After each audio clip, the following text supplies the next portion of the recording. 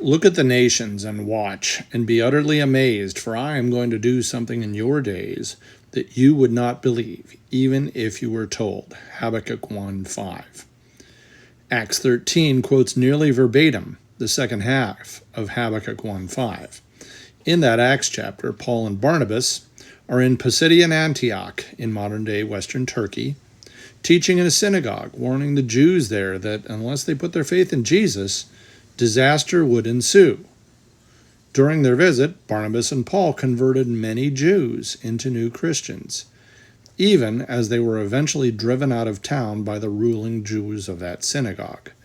Pisidian Antioch is now a ruin where nobody lives, and it has been for centuries. That shouldn't be surprising, seeing as how God spoke in verse 5 of Habakkuk to warn the Jews of ancient Judah that they would be overrun unless, unspoken, they repented. It would happen 600 years before Paul used the same verse on a completely different continent in preaching a renewed and Christ-focused kind of faith. Verses 1 through 4 are Habakkuk's first complaint to God, namely that the people were suffering and feeling abandoned. Now God replies, not answering the prophet's complaint word by word or directly, but instead honing in on what was causing that suffering to happen. Judah suffered not because of war or the threat of war. No, Judah suffered because it chose the consequences of abandoning God. The absence of war isn't necessarily peace, but the absence of peace of God is war on both body and soul. As the saying goes, no Jesus, no peace. No Jesus, no peace. Habakkuk didn't know Jesus because he wouldn't be born for 6 more centuries, but he did know Adonai, Father, Son, and Spirit in one, and recorded what Adonai said to him.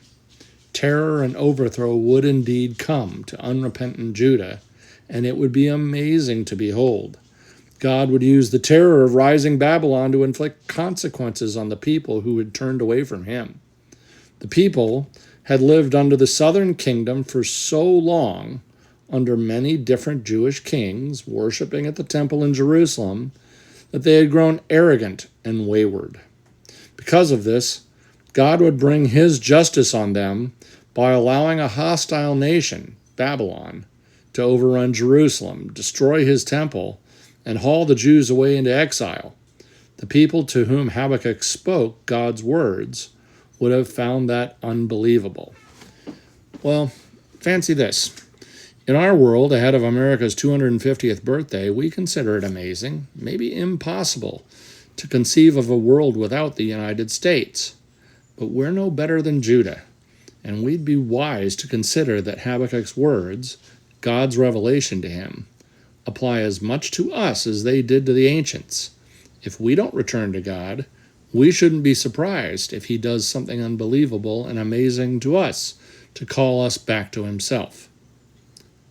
We better think about that.